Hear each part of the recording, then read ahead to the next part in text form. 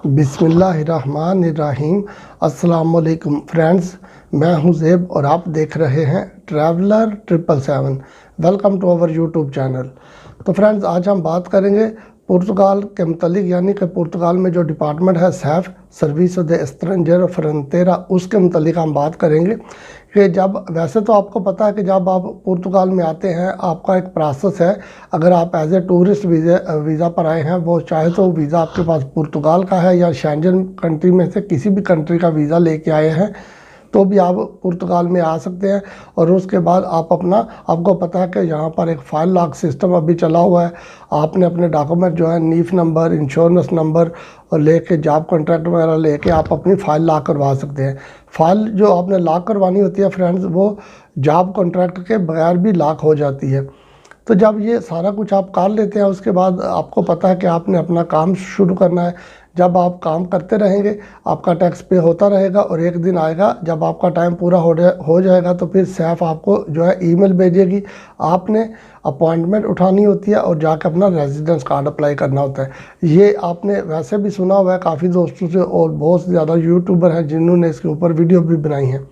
लेकिन इसके साथ आपने एक काम जो है वो और करना होता है। वो ये है कि अगर आप पुर्तगाल में रह रहे हैं तो पुर्तगाल में फिर आपके सारे डॉक्यूमेंट्स कंप्लीट होने चाहिए, क्योंकि जब आप पुर्तगाल में रहते हैं तो फिर आपने अपना बैंक अकाउंट भी ओपन करवाना है। और अगर आप पब्लिक ट्रांसपोर्ट यूज़ करते हैं तो डेफिनेटली स्टार्टिंग में आप पब्लिक ट्रांसपोर्ट ही यूज़ करेंगे, तो उसका कार्ड भी आपके पास होना चाहिए। आपने अपने डॉक्टरी के जो पेपर है वो भी यानी कि बनवाना है आपने, और इन सारी चीज़ों को आपने अपने पास रखना है।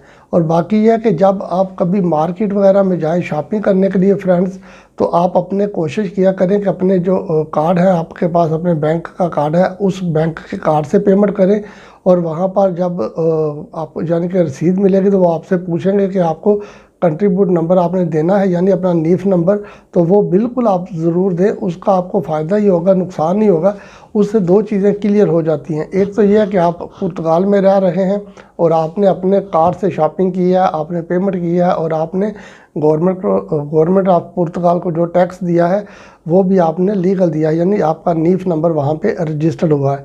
और दूसरी बात यह है कि कल को अगर सैफ कंट्रोल करती है तो भी सैफ देख सकती हैं कि उनको पता चल सकता है कि इस बंदे ने पुर्तगाल में रह के अपने साबक काम जितने भी हैं इसने लीगल किए हैं, और इसलिए उसका आपको ये फ़ायदा होगा। क्योंकि इन्हीं बातों की वजह से आजकल बहुत ज़्यादा लोगों को प्रॉब्लम आ रही है, स्पेशली उन लोगों को जो पुर्तगाल में रहते नहीं हैं और किसी न किसी तरीके से उन्होंने अपने जो डॉक्यूमेंट्स हैं उनका प्रोसेस स्टार्ट किया हुआ है। तो ये वीडियो भी मैं सिर्फ इसलिए बना रहा हूँ ताकि एटलीस्ट आपको पता चल सके। और दूसरी बात यह है कि ये छोटी छोटी चीज़ें होती हैं, अगर आप इन चीज़ों का ध्यान रखें तो मेरा नहीं ख्याल कि आगे चलकर आपको कोई प्रॉब्लम होगी। क्योंकि जब आप शॉपिंग करेंगे आपका अपना नीफ नंबर जो है वो रसीद के ऊपर आएगा। जो फाइनेंस का डिपार्टमेंट है उनको ऑटोमेटिकली उसी वक्त पता चल जाएगा कि किस बंदे ने कहाँ से शॉपिंग की है, कितने की शॉपिंग की है, और उस बंदे ने जो है कितना उसके ऊपर जो है ईवा जिसको बोलते हैं यानी टैक्स, वो कितना लगा है। तो ये चीज़ें बहुत ज़रूरी होती हैं। और कोशिश किया करें यानी कि आप जब आपके पास पैसे हैं तो आप कैश देकर भी चीज़ खरीद सकते हैं। तो अगर आप कैश देकर भी चीज़ खरीदें तो भी नीफ नंबर उसके ऊपर ले लिया करें, वरना ज़्यादा ये कोशिश किया करें कि जहाँ पर भी आप जाएं कुछ भी ख़रीदने के लिए तो आप जो है अपना एटीएम कार्ड आपके पास ही होता है हर वक्त, जो आपका डेबिट कार्ड है बैंक वाला, आप उससे पे किया करें। एक तो ये है कि इससे आपका जो है पैसे वो भी आपके सेव होते हैं। दूसरी बात ये है कि आप बिल्कुल ईजी जो है रहते हो पुर्तगाल में, कोई आपको टेंशन नहीं होती। कल को जब आपका वक्त आता है यानी रेजिडेंस कार्ड का, तो उस वक्त भी सैफ किसी भी एंगल से आप उनको वीक पॉइंट ना दें कि वो आपको वेरीफाई करें। एक बात तो ये होगी। दूसरी बात फिर फ्रेंड्स ये है कि जब आप पुर्तगाल में काम करते हैं, जहाँ पर भी आपने काम करना है, तो मेक श्योर करें कि आप अपने कॉन्ट्रैक्ट के ऊपर काम करें, आपका कॉन्ट्रैक्ट सही हो, ठीक है। क्योंकि एटलीस्ट मिनिमम आपका जो है 40 घंटे एक वीक का टाइम होता है, यानी कि एक वीक में कम से कम 40 घंटे आप काम करें।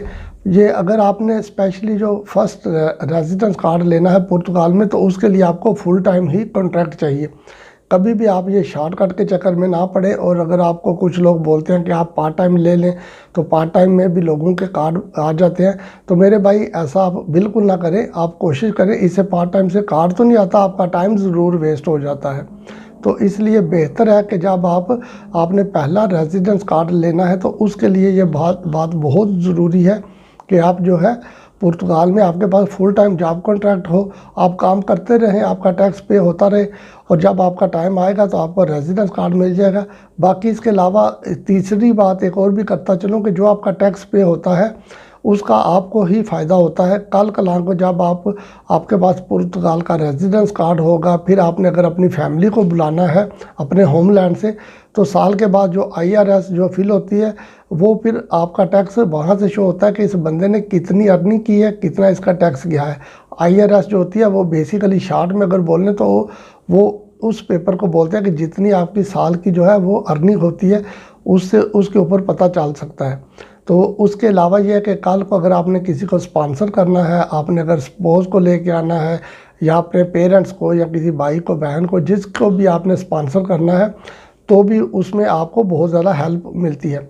लेकिन ये सारे काम फ्रेंड्स तभी होते हैं जब आप खुद पुर्तगाल में रहें। बेशक आपकी अर्निंग थोड़ी कम हो जाएगी दूसरे कंट्रीज़ की निस्बत, लेकिन उसके बेनिफिट आपको दूसरे कंट्री की निस्बत ज़्यादा होंगे। अगर आप किसी और मुल्क में बैठ के अगर काम कर रहे हैं इलीगल, और पुर्तगाल में अगर आप टैक्स पे कर रहे हैं, तो आपको अगर कोई प्रॉब्लम नहीं है, कल को रेजिडेंस कार्ड मिल जाएगा। लेकिन दूसरे कंट्री में आपको ये इतने बेनिफिट नहीं मिलेंगे। तो ये जो मैं आपको बता रहा हूँ ये बेसिकली लॉन्ग टर्म बेनिफिट के लिए है। बाकी आपने अपनी मर्ज़ी करनी है, आपको जो अच्छा लगे आप वही करें। लेकिन मेरा फ़र्ज़ बनता है फ्रेंड्स कि मैं एटलीस्ट आपको ये जो बातें हैं, छोटी छोटी बातें होती हैं, ये आपके साथ शेयर कर दूँ, ताकि एटलीस्ट आपको इन चीज़ों का पता चल सके कि इनमें आपका क्या फ़ायदा होने वाला है। तो फ्रेंड्स ये छोटी सी एक इन्फॉर्मेटिव वीडियो थी। अगर आपको वीडियो अच्छी लगे तो चैनल को सब्सक्राइब कीजिएगा, वीडियो को लाइक और शेयर कीजिएगा। स्टे ट्यून, फिर मिलेंगे किसी नई वीडियो में किसी नई अपडेट के साथ। तब तक टेक केयर, अल्लाह हाफिज़।